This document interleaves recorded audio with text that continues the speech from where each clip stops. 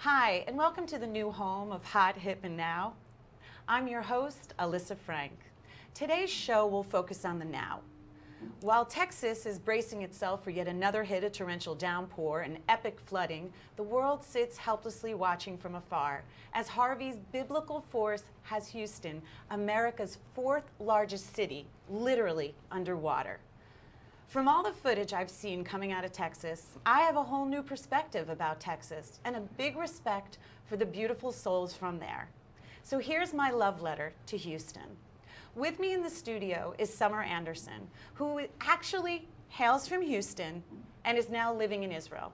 And later on the show, we will bring you somebody and we will speak directly to those who are enduring Harvey's wrath.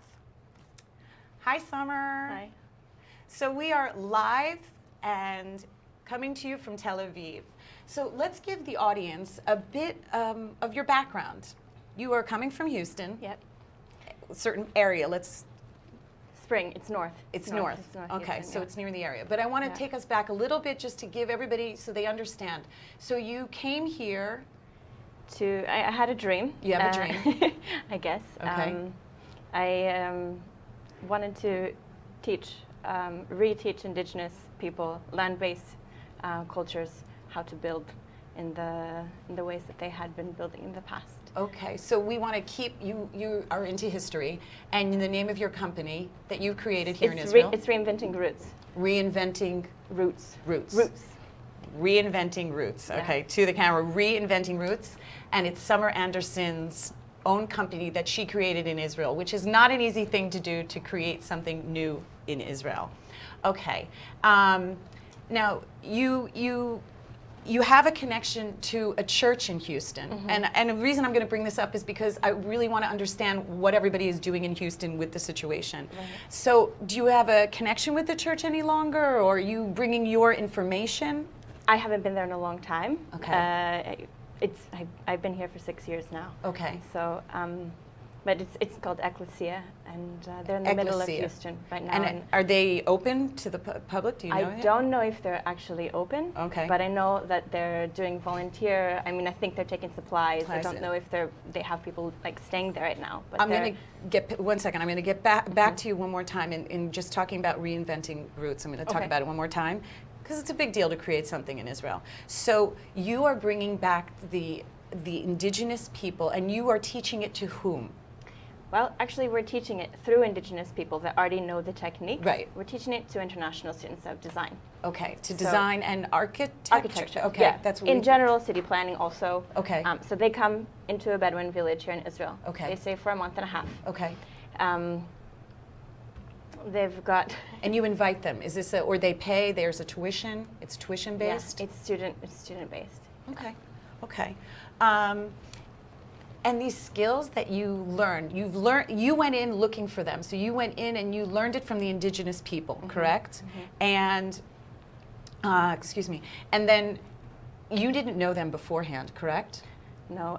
You learned everything while you were living here. Right. In how many years? 6 years. 6 years. That's pretty incredible. I don't know the indigenous things of everything going on here. I don't even know the dances of Israel. I know you did it. So this is the Bedouins that you're doing it. So it's the Bedouins, which are considered like the wandering Arabs that. Yeah. But they really somewhat settled in parts of Israel. Okay. Okay. Now, I've been talking to you for a few days. Now we're going to go back to the floods in Houston, because this is a pretty big topic. I started writing to you, and you were a bit confused at first because, and this is a very big topic right now going on in America. What were you hit with? What did you notice in your Facebook feed? Currently, my Facebook is full of people asking for help out of their houses. Right. And it's really hard to see, you know. And it kind of hit me that it's only people from Texas and only people that are in the disaster, and close friends of mine as well that are close friends. And in Israelis, were they reaching out to you and writing, "Aren't you from Texas?" And no, Really? You God, were the I only was one. really- yeah, No, I- for some reason, a few people from abroad have told me this isn't getting much publicity, and what it is just critical of Texas. Wow, So it so was it got political. consistently political. Wow. If it wasn't from people from Houston or from like the area. Wow, it's Or who unbelievable. had been there, It's yeah. unbelievable. And so, yeah. Now, you're in touch with your family. Everybody is My okay? family's good. My Good, family's thank good, God. Baruch yeah. Hashem, that's what we say here in Yeah. Israel. And you have there's your cousins. I know that I kept asking you. So your cousins and aunts, you couldn't find them at first? They're okay now, I think.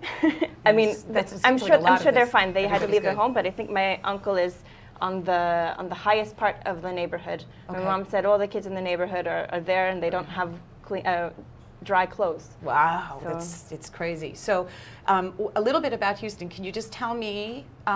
Before we do that, I have a guest on the line, actually straight from Houston. Can I introduce you, Brigitte? And I'm going to make you do your last Mojon. Ah, okay. So Hi. we have Brigitte. Hi, and we're here in Tel Aviv. We just really wanted to send you our prayers and our love. And Israel is thinking about Houston. You're in our hearts and you're in our heads.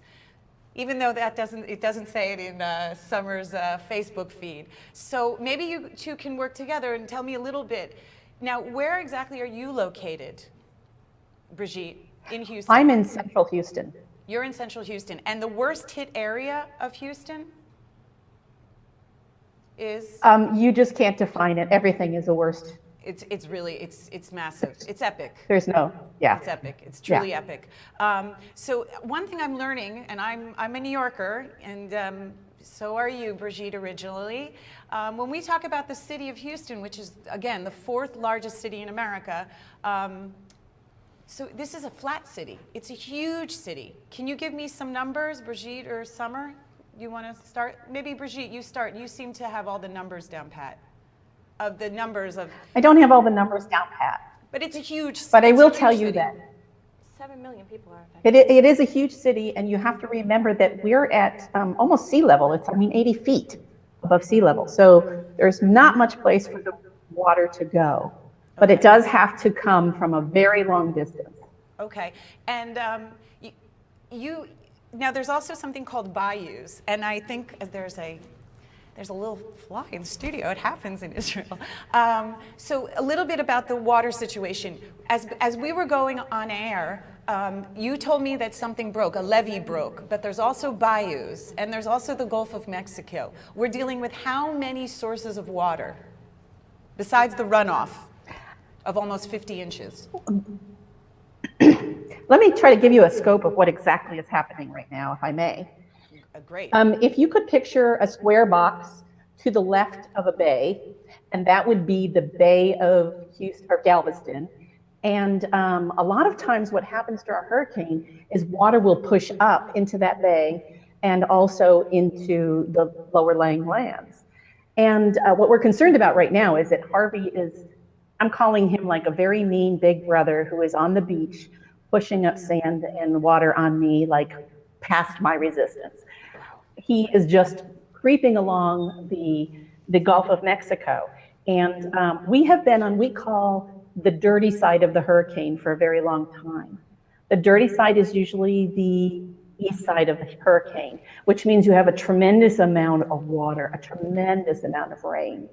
And what happened was there were high pressures that were holding it in Texas for a very long time with the dirty side right over Houston.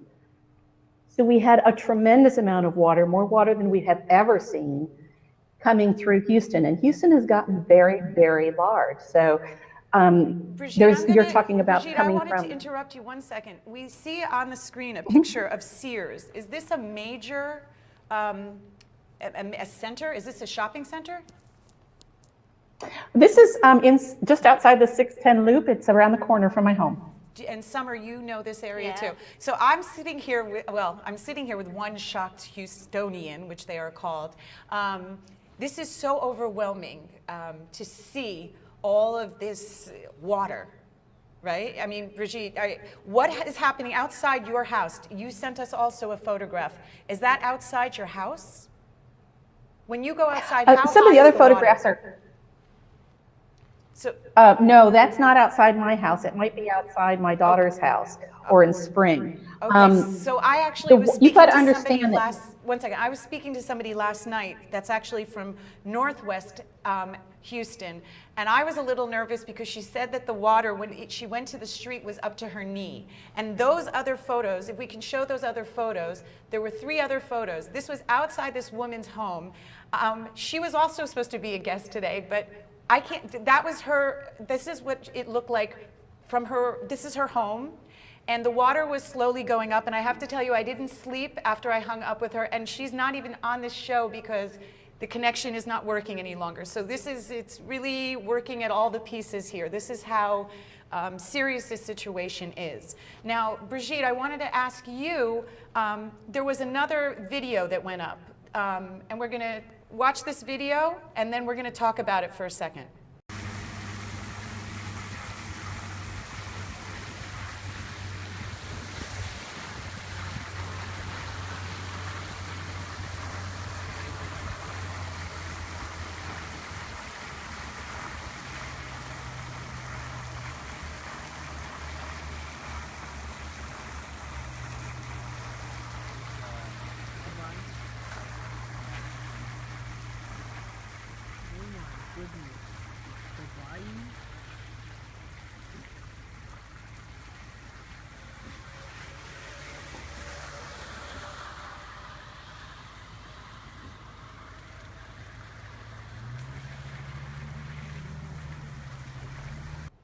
Okay, so Brigitte, what we saw, now I asked Summer before, her face was in shock. You know this area, right, Summer? Give me a feedback. Like, what is it like to be so far away from home? Were they on top of a highway? Yeah, I don't know which, but I think they're on top of a highway there. Do you know that gas station? It's near her house, and I'm like half an hour away, so. Okay, But and so also we should mention, Brigitte, your connection, how do you know Brigitte? Your family friends? Brigitte? Your family friends? Well, I'm friends with her daughter, and then we used to do belly dance together, you know. Okay, well that's good because you're in the Middle East. It's belly dancing it's a good experience to have. You were getting very technical, and I wanted to move you along a little bit, just because the New Yorker in me really likes to understand. A bayou is a still water. So if you can give me like 2 lines on, there's a bayou, there's a levee. And before we went on, a levee broke. And we found out that the levee broke near San Antonio, which is the only part of Texas I've actually visited. Which is a 4 hours drive away. Which is 4 hours. I can't confirm that. You can't confirm I that. just saw it on TV real quick. By the way, is it still raining by you? Yes, ma'am. Wait, I gotta ask this. This is the nervous New Yorker. Gators, snakes, water moccasins, anything your friends have seen or you have seen? We talked about Absolutely. this summer, right? Absolutely, they're everywhere. And some of the people are nervous about evacuating because they are being released. And the other thing is fire ants. I mean, they will get into a group, and then if you're walking through, they'll get on you to get out. So there's a lot to worry about if you are actually trying to get out. Yes, I saw that. We actually also, Summer and I talked about, I just can't believe people are walking around. I saw a girl did this incredible National Geographic piece, and I'm just shocked people are walking around, number one, for stuff in the water, but electrocution. Right. I mean, you don't know what is up and what's down. Anything, Brigitte, so what's going on with you? We're gonna get back to the water because it's very technical and I'm too excited to understand more details and I'm so worried about you, but your family, any pets, your food, your water, anything, what's going on? I prepared and I'm higher. When I say that, I'm higher on my street. Yeah, because This that sounded a can little bit change weird, but moment okay. by moment. But you're what? Well, yeah, I'm higher on my street than anyone else. Okay. And this can change moment to moment. So Has it's anybody really gotten important that rescued everybody knows that. on your street?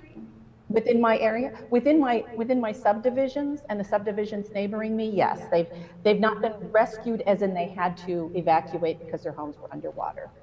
And so we are all just pooling together as a community to do everything that we possibly can. And I have to tell you, it's absolutely astonishing to see and heartwarming to see there is no difference in faith, religion, politics. Everybody's just helping everybody else out. Wow, I get chills. Even I hear this. The whole thing is a chilly, epic, biblical, proportionate situation over there.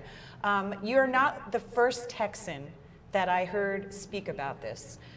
Can either of you give me a little bit of feedback? What is Texas like? I mean, you're firsthand, and I keep telling you, I love Texans. I can't believe what I see on the television. Texans are some of the most kind-hearted, open-hearted people that I've met. And Right. I mean, obviously I'm Texan, so I'm biased. And the but racism, I mean, it seems to be this flash word nowadays. Yeah. Is it, I mean, you're down south. I would think that it's the worst of the worst, but not from what I keep hearing from Texans. Yeah, I mean, especially Houston is actually the most multicultural city in the States right now. The most, Multicultural. wow, It topped to New York in 2010. wow, Yeah. wow, okay. And so you have all faiths there. Yeah. Mm-hmm. Wow, okay. Brigitte, are you also part of a church there? Brigitte, did I say it right? Yeah. I am not right now part of a church. I'm a member of No. a church, but I am not. Okay. And it's been very interesting. A Jewish friend of mine just called and she says all of the synagogues in Houston are flooded. There's not a dry synagogue.